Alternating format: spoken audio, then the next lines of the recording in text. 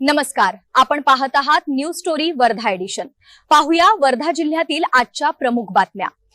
वर्ध्यात देशाच्या राष्ट्रपतींनी सेवाग्राम येथील बापू कुटीला भेट देऊन महात्मा गांधींना अभिवादन केले।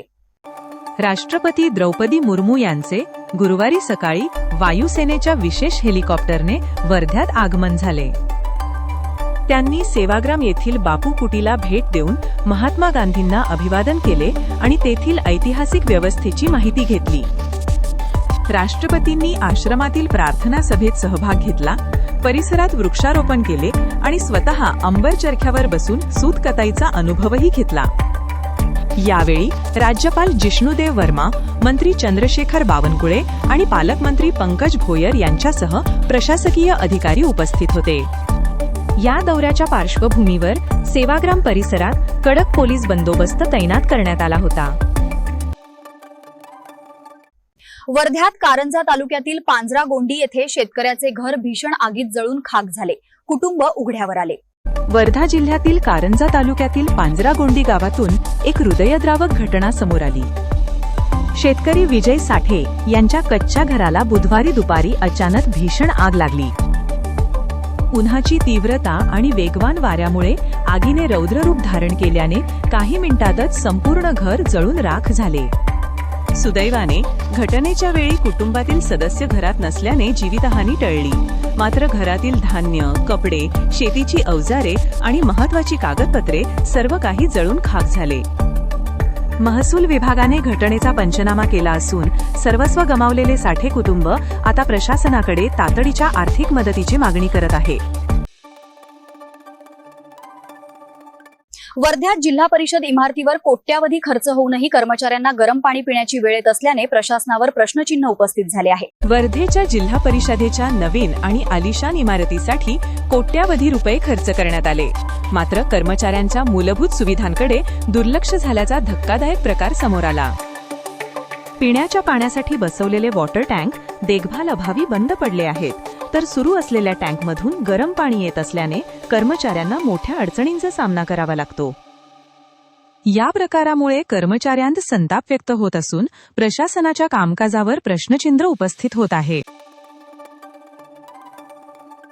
पुलगावमध्ये कमिशन कपातीच्या निर्णयाविरोधात पतसंस्था अभिकर्ते आक्रमक होत संताप व्यक्त करत सरकारकडे फेरविचाराची मागणी करत आहेत।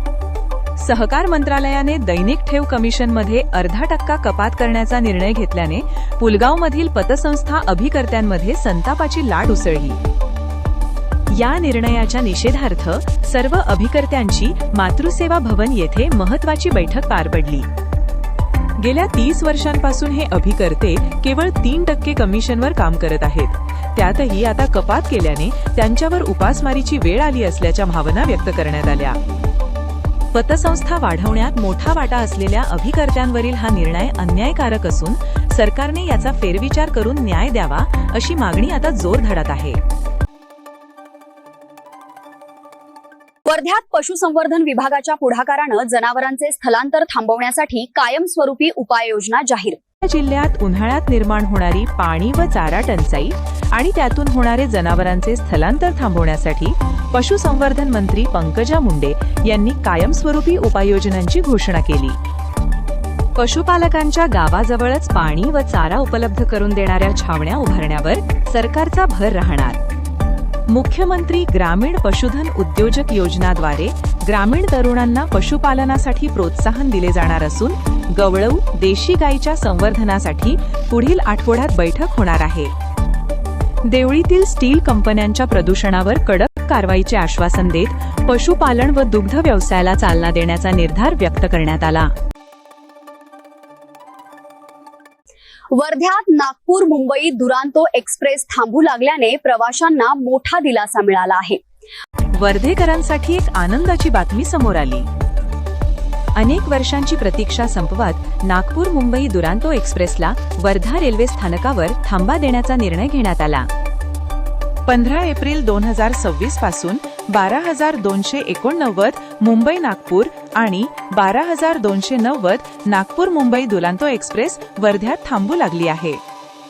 या निर्णयामुळे वर्धा व परिसरातील प्रवाशांना आता थेट मुंबई गाठणे अधिक सोयीचे होणार असून विद्यार्थी, व्यापारी आणि नोकरदार वर्गाची मोठी सोय होईल।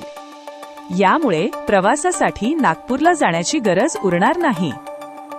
रेल्वेच्या या निर्णयाचे सर्व स्तरांतून स्वागत होत आहे. वर्धा जिल्ह्यातील अशाच ताज्या बातम्यांसाठी पाहत रहा न्यूज स्टोरी. धन्यवाद.